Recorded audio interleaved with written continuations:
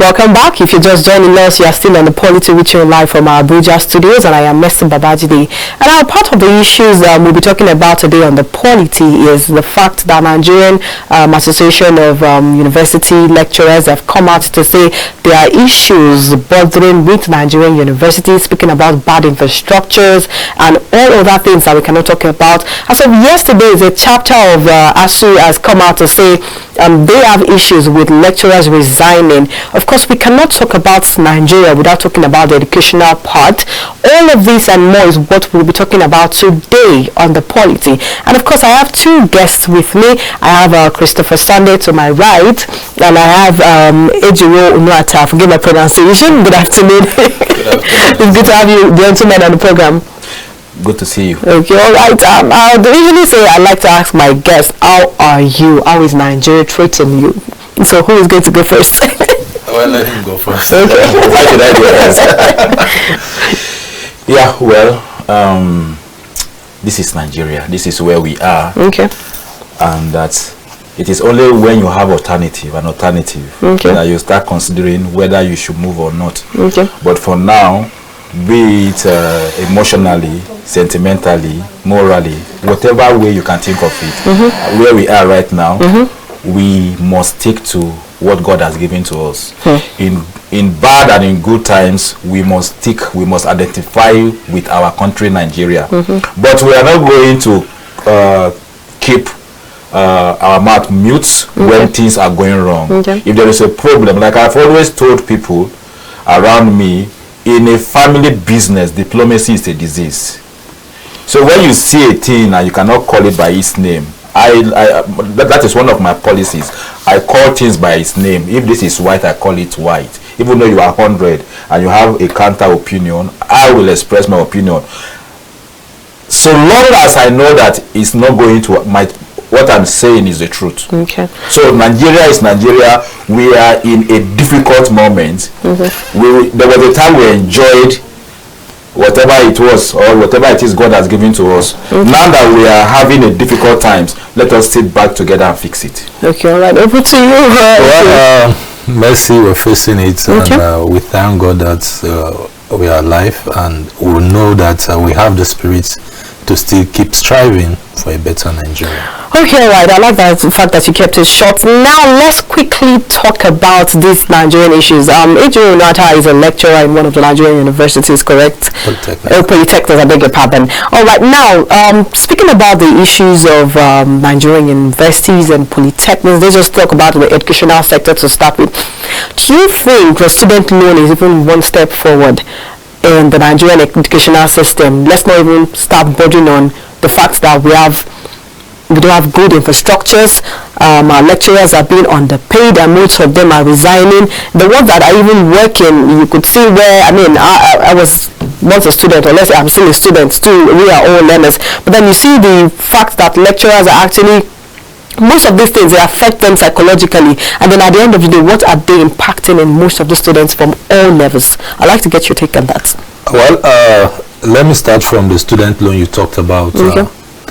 You see, if you noticed, immediately the student loan was announced, the prices of school tuition fees skyrocketed. What does that tell you? It tells you that probably some of these persons are thinking ahead that, okay, since our students are going to access loan, so it's high time we increase the tuition fee. But you see, there's an angle to it that is not really adding up, because when you do that, you discover that a lot of persons who could not access the loan will probably drop out of school. In the next 1-2 years now, that will happen. You see it happen. A lot of persons will drop out of school because some schools, they've increased their tuition fee to like 200%, 100%. And these persons, in fact, we even have the school fees as low as maybe 29,000, 30. Some persons are finding it difficult to even pay. And now you are increasing it. You see, when you have so many persons dropping out of the system, what does that tell you? That's another security challenge in the future.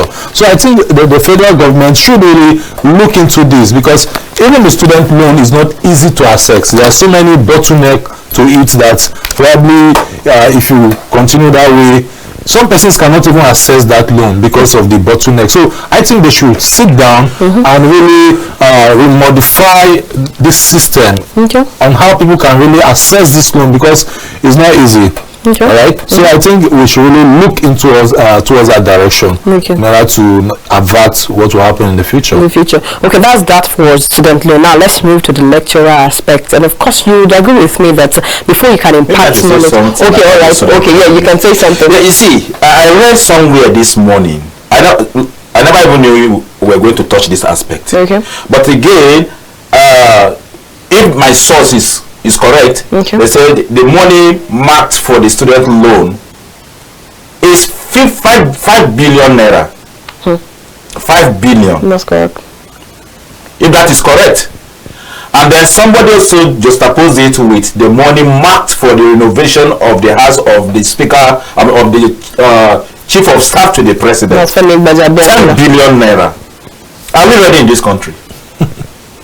Are we ready? Femi Babajide has been in the House of Representatives for like 3 terms. Now he won the 4th one, and then God elevated him to become chief of staff. If that story is true, why would the chief of staff to the president be given 10 billion to renovate his house? Well, he has come out to refute that and said he stays in his own personal residence in Abuja. We don't know how true that is, but of course that is what he has said about it. Okay, if he is staying in his personal house as it is, it means they are renovating the official house. So logically, the story is true. Why is he in his personal house? Well, was the president not staying in Lagos house in Asokoro before he recently moved to the presidency after renovation?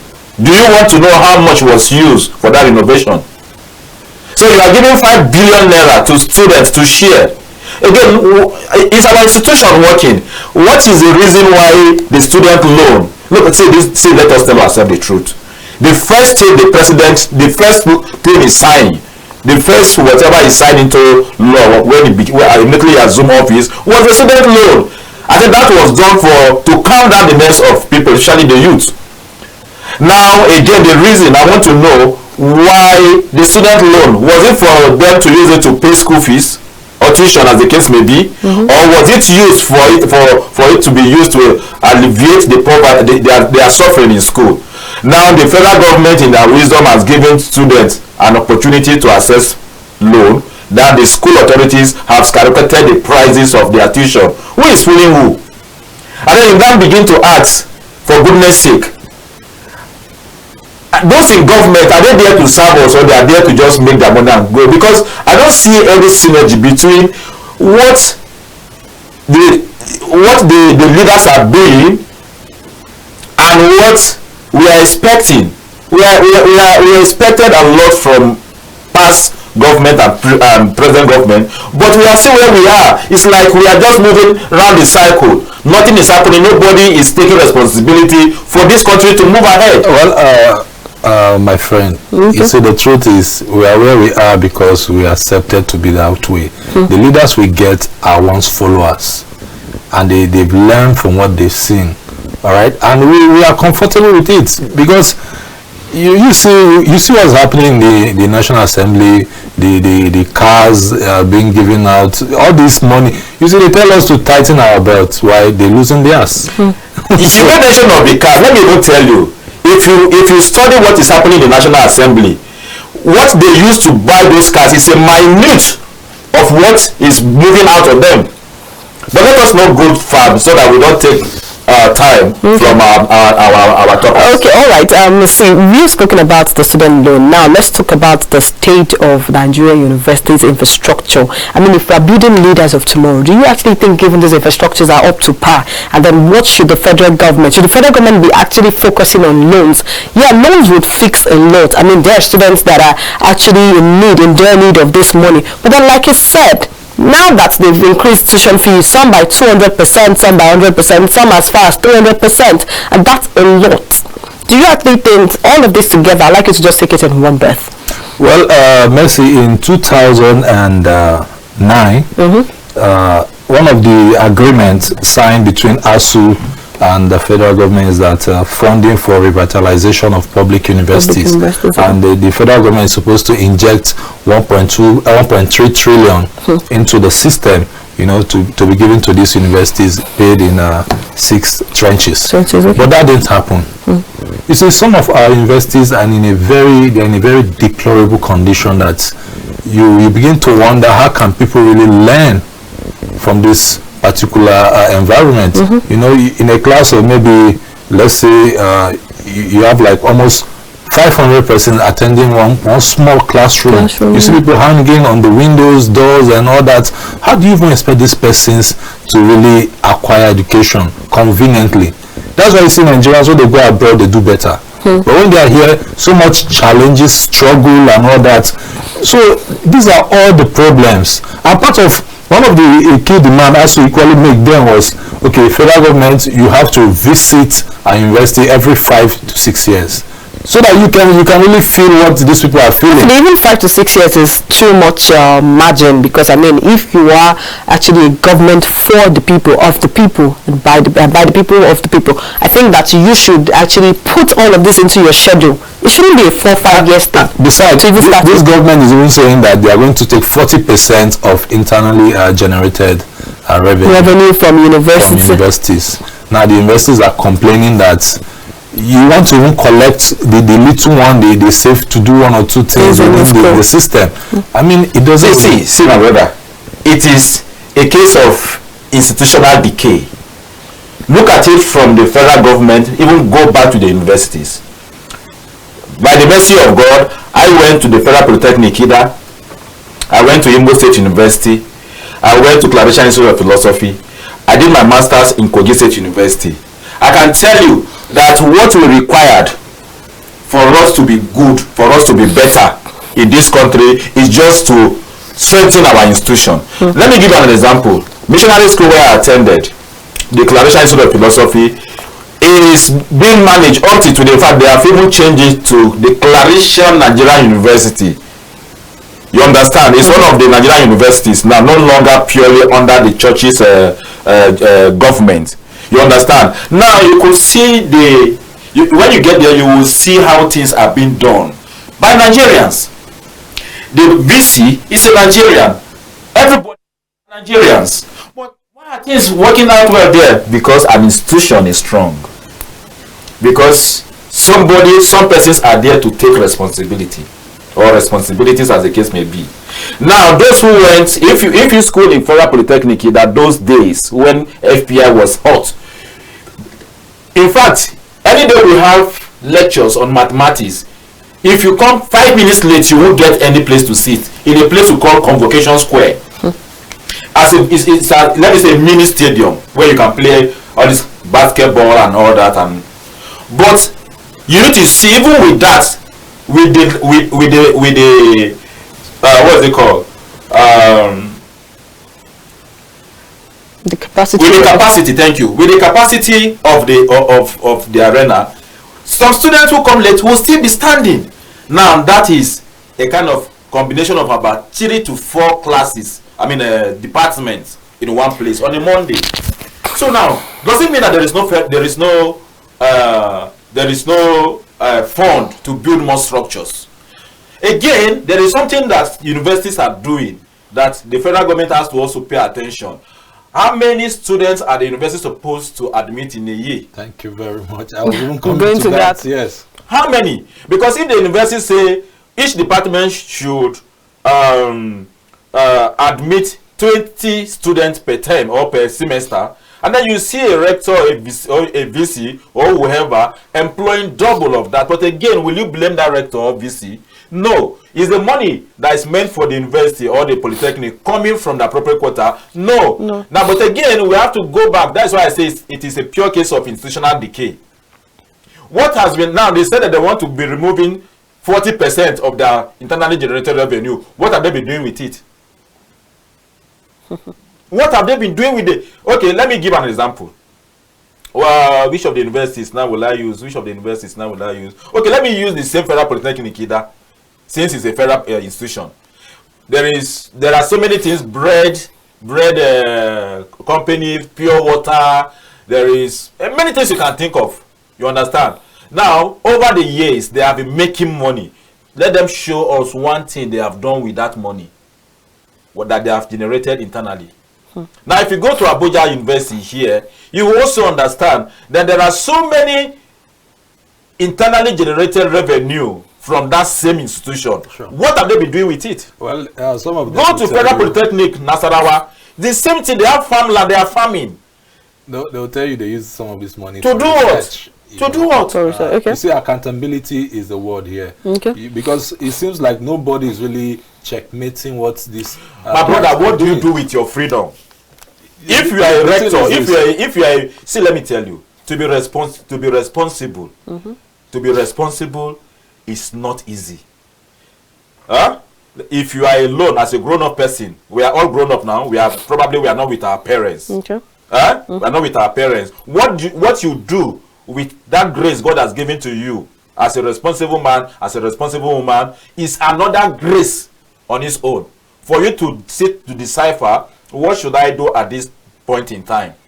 Because you are free, you think, okay, nobody can talk to you, and then each time you stand up, you feel you can do anything and nobody questions you. Well, that is why I said the institution must be made to be strong. Yes. If the institution is strong, see, let me tell you, I gave an example yesterday. I said in America, for instance, if anything, if you are given a responsibility and you fail in that responsibility, you don't need the president of the Federal Republic of Nigeria or the US president to sack you.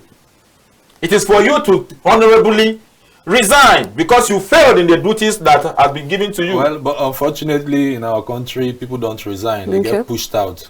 All right, now let's quickly move to the next story, which is, of course, hot cake on the polity right now. And that's the issue of Kaduna bombing. About a few days back, a particular local government in Kaduna was bombed, and we pray that the soul of the repose rest in perfect peace.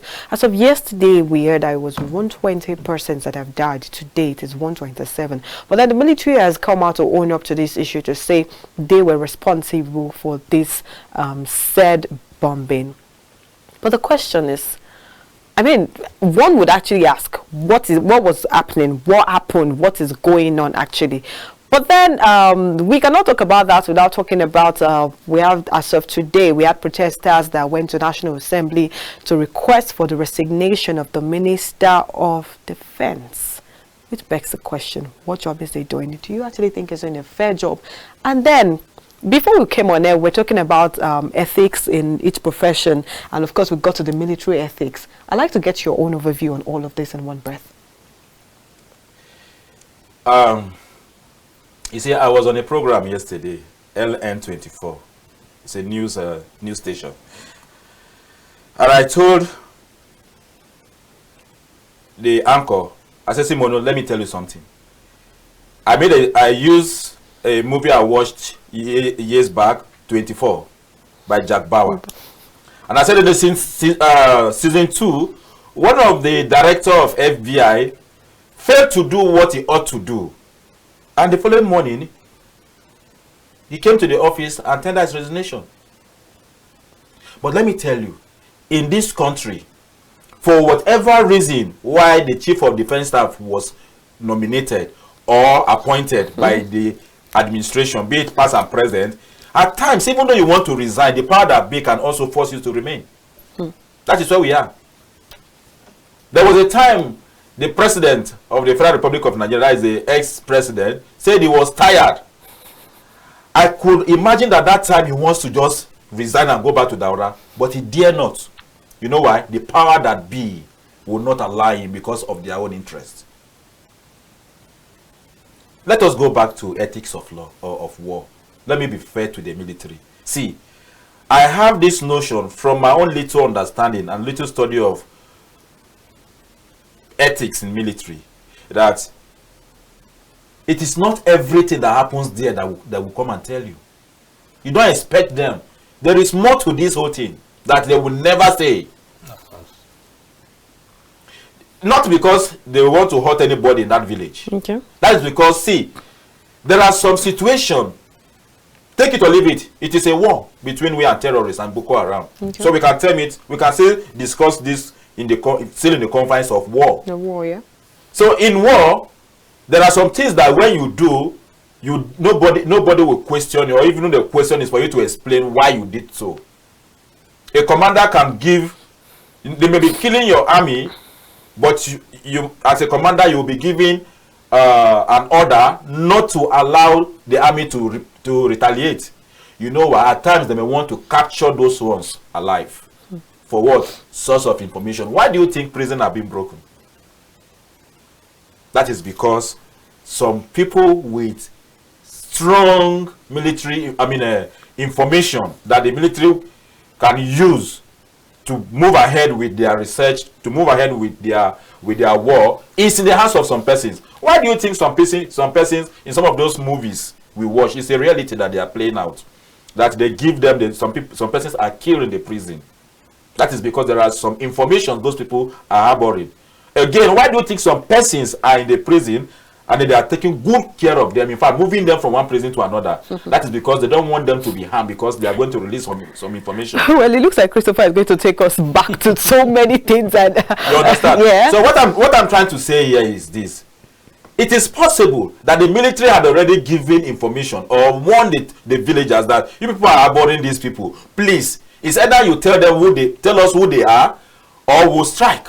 But that's an assumption. Yeah, I say it's possible. Yeah, I'm not asserting assumption. it. Okay. That's why I say it is not everything. Again, but in the military, like the okay, now let's take for instance, none of this is happening, but the military actually attacked a village. Do you think some persons have actually said, oh, one step forward, they actually came out to acknowledge it? That's not something you see every day in Nigeria, to say, oh, we were in the wrong, we did it. But then would we commend the Nigerian military for killing 127 persons and counting? I also said on that same program yesterday, I said, for the military to have waited for almost 24 hours or more than 24 hours before the defense headquarters could come out to say it was a mistake, something that is not intentional, something that was done out of human frailty, mistake, you should immediately admit it and write a press release or press statement. Why take you like 72 hours before you could do that? Okay, I like that. So all that thought, what do you have to say about I think there's more to it. Okay. But you see, in the public space, is not everything they'll put out there due to security reasons. Okay. But looking at it the way it is, I would like to stand on the part of the military, since they say it's a mistake. It's a mistake. Because we know in war situation, there's what they call collateral damage. Okay. Okay, so this is beyond collateral damage. Yes, it's a mistake. So it means at one point, there was an intel that didn't quite go down well. Okay. But it's one mistake too many, because we've had this situation before in the past. So I think at this point, a lot of persons are calling for investigation, so it should be investigated. Let's find out what really went wrong. It's not just even about the investigation. Sorry to butt in. In one of the papers this morning, not even one, about plenty papers, but then they've coined it in different ways. But I'm going to read it from what the Nation said. Well, it said, remain strong in terrorism battle. Minister urges the military. That's coming from Matawali.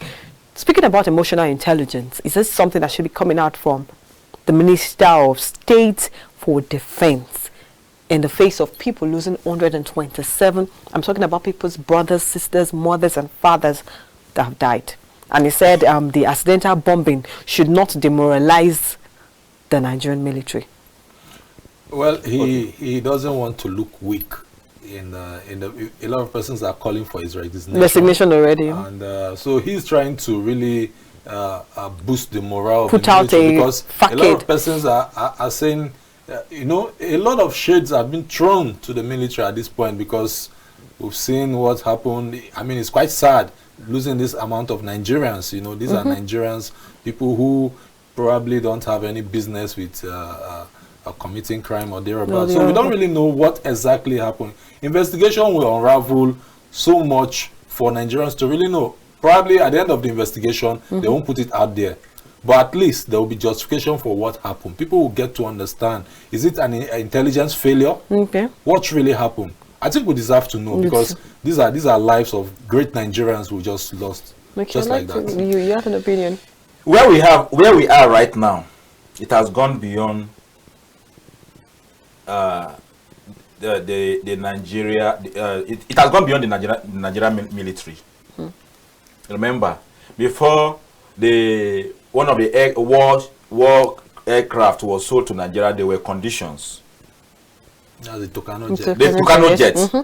There were conditions given to Nigerians before they released those jets to us. Now, the question I want to ask, was it that same jet that was used for this bombing? It's a rhetorical question. Let us keep it aside. But yes, if it is the what's it called it now? Tucano jet that was used, it has now gone beyond Nigeria.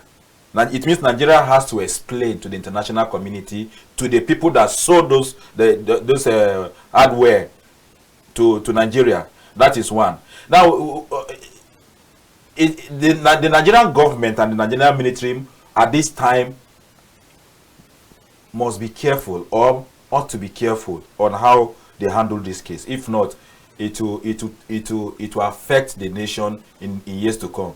But again, you spoke about investigation. Who will investigate the military? No, there should be. It's the same military. No matter the level I listened to a professor. Yes. He made some recommendations. Is it within the what's it called? The mode of operation of the military? See, there must be an independent body. No matter how independent you want it to be, there must be a military general, be it Sabine or ex-military general. Why do you think we have military courts? It is still within the military. Military is like a state within a state. They have everything you can think of to operate. The courts, the independent, whatever, they will have it. But at the end of it all, what we are looking for is, if it was a mistake, it shouldn't happen again. But this has happened like twice or three times now, yes, and nobody has taken responsibility. And that is where I am a bit angry with the government. For goodness sake, if somebody, see, the number one responsibility of a government is to save life and properties. The same government, through the military, has got to kill over 100 Nigerians. So why shouldn't somebody resign for such mistakes? That is all I have to say for now. Okay, all right. Thank you for doing perfect justice to that as we head to the next topic. But then it's still analyzing difficulties facing Nigerian universities. You called attention to something about let's say the infrastructures, basically, where you have more students than the building facilities. That's one. Then two, speaking about this, would agree with me that even the number of students that actually want entry to universities in a year, there are a lot. So now in curbing, say, oh, you want 5,000 students to enter into school, what happens to the rest?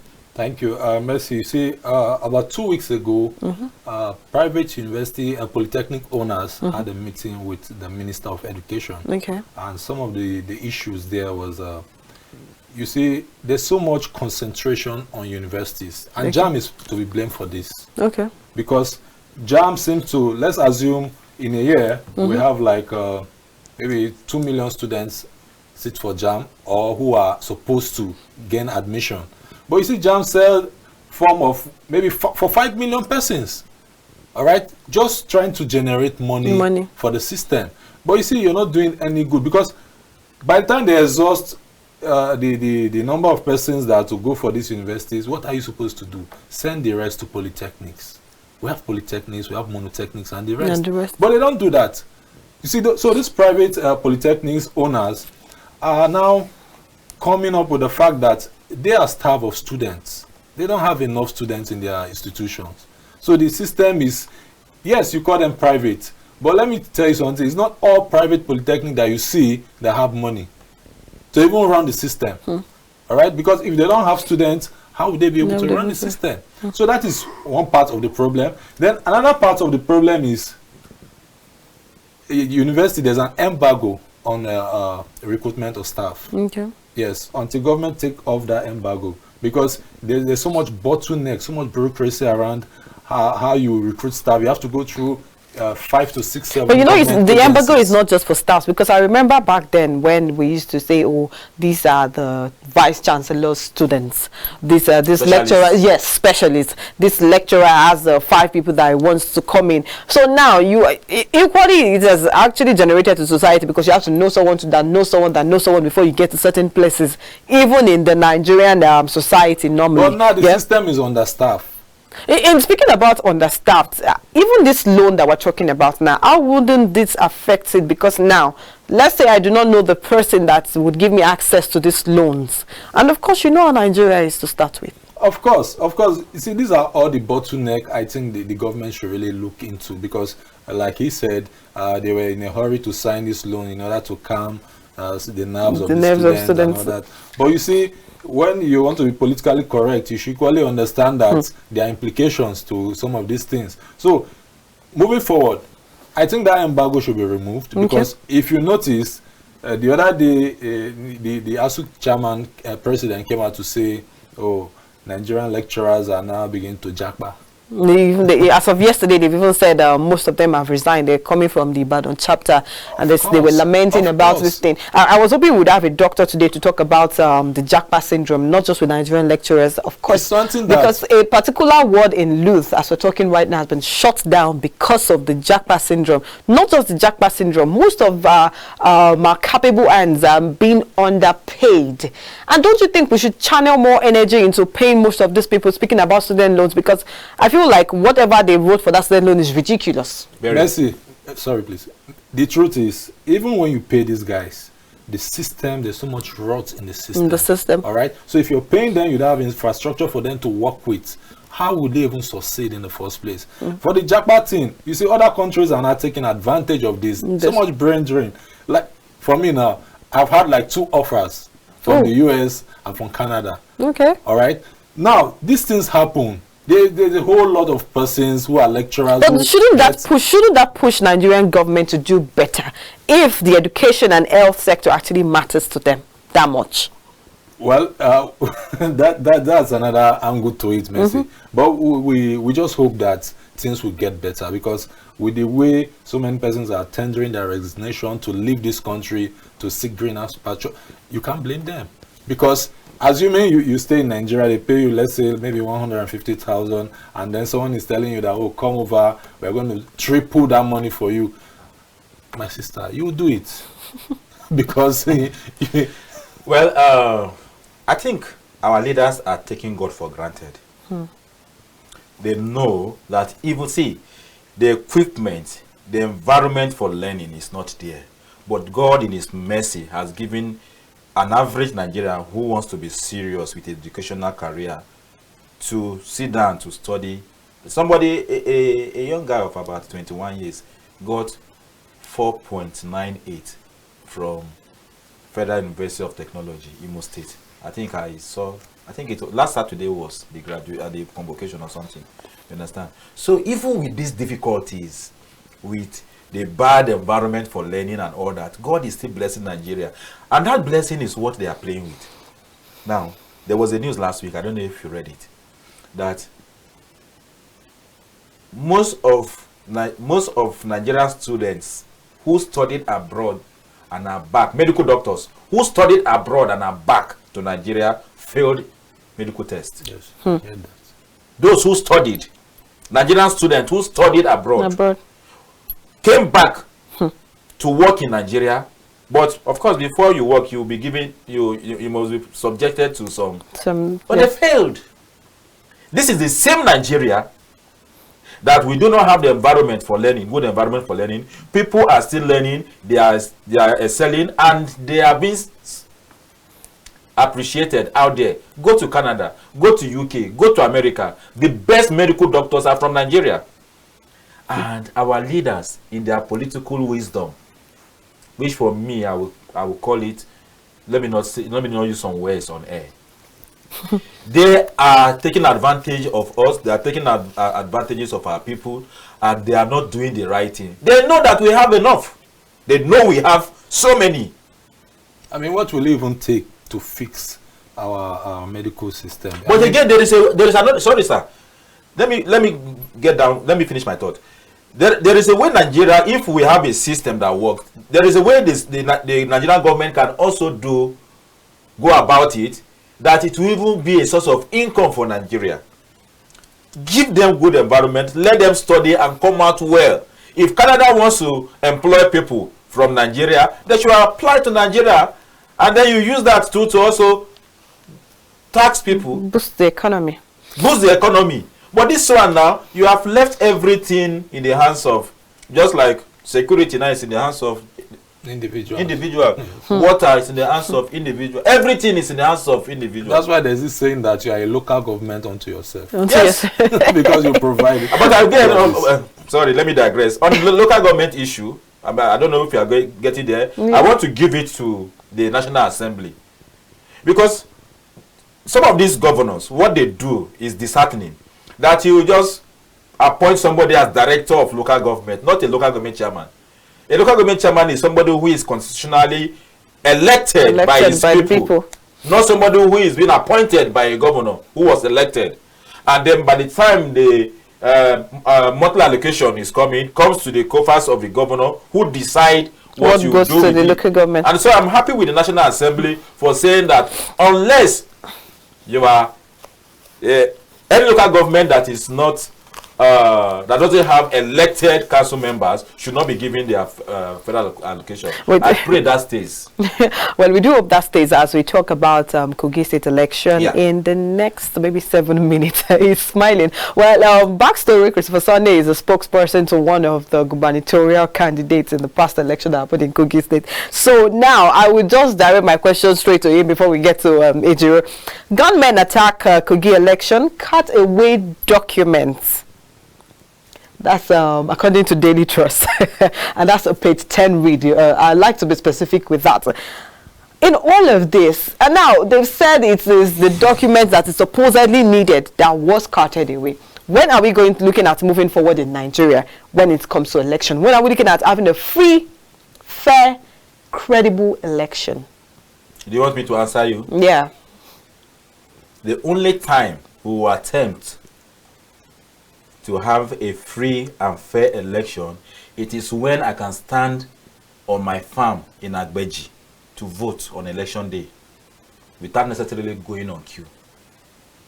The only time we'll have a free and fair election in Nigeria is when my BVN will serve as my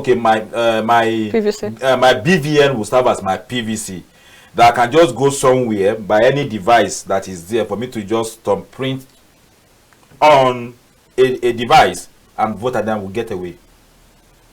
I don't even need to come and say Beavers accreditation. Put everything. America, are we not following American election? We are following their election. How do they vote? Pure, clear electronic voting. What does it take to have electronic voting here in Nigeria? Then you have the issue of sensitive material. Every election, you must hear sensitive material is missing. This is missing, this is missing, this is missing. Let me go to Kogi State. I doubted the story until I read from a press statement, a press statement from the police command in Kogi State. Now, the disheartening thing there is this, that where the attack happened, according to the news I read, was just beside the Central Bank of Nigeria in Lokoja, where presumably you are supposed to have security mounted. After the Central Bank, you have the State Assembly. So it means on that line is that road ought to be mounted with security. And again, does it mean that the secretary who was attacked was alone when he was attacked? So he was going to the tribunal, to the court, with sensitive material as that. Case filed by 4 political parties without security. And if he was with security, then what did they do? Were they overpowered by those who attacked them? But in all of this, there is one reason why I will not have to bother myself in this case. The police didn't come out to tell us who is responsible. They only said hoodlums. gunmen. Maybe the flies in Lokoja are the gunmen, or maybe this is a fly. The what's it called? The weather in Lokoja went away with those sensitive material. If not, see the statement. If you go through the statements, you just see it is full of vague. It's vague. Say gunmen, like 72 hours now, no name was mentioned. Gunmen attack. Gunmen attack. Now you are glorifying these boys. They feel they can do anything. And look at it, it's going to be the worst of APC against SDP. SDP is saying that they should call the SDP candidate, Murtala Jaka, to order. But logically, if you look at it, Murtala Jaka is the person that says he wants to go to court, not the APC. Not the APC. But in all this, the police is just playing with the whole thing. But that is where, as a Nigerian, the electoral system has also crashed down. Because if the right thing is done, we wouldn't have been where we are today. You see issues coming before, during and after election, the same issue going front and back every day, year on year, month on month, no solution to it. So I want to call on the security agency in Kogi State that they should please, whatever they do, whatever politicians are using them to do, they should first of all know that Nigeria, Kogi State, is bigger than any political party. Okay, all right. Thank you for that. I'd like to get your own opinion, Ejiro. Well, he said something about electronic voting. Okay. It's superb. It's perfect. But I tell you what, Mercy, that will not happen. You know why? Because those responsible for this are benefiting from the system. They know how to manipulate the system. So until then, we have serious-minded politicians, okay, people who are really ready for this change we're talking about. That is when we'll have a perfect election. Okay, all right. Thank you very much, Ejiro, Unuata, and Christopher Sunday for joining us today. In just a second, okay. Let our political leader know that beyond their political interest, there is a nation called Nigeria. There is a nation where our forefathers dreamt on how it should look like. Okay. They should please, one of them, either now or in the future, should sacrifice his second tenure to use his first tenure to fix the country the way it ought to be.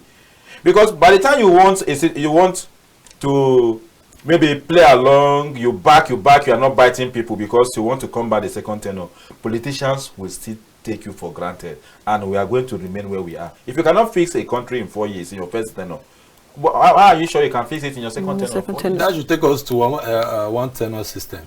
It's like, okay, all right, we do hope the necessary authorities are watching actually and will do something about this and exactly do the needful. Speaking about one tenure, I feel like that's something we'll look about properly on the POLITY one of these days. But thank you, gentlemen, for joining us today on the program on the POLITY. It's been an insightful one with you guys. Thank you. All right, our viewers at home, this is where we wrap it up for today for the POLITY. Thank you for staying tuned and thank you for joining us today on the POLITY, and remain messy. Babajide. See you same time, same station tomorrow. Bye.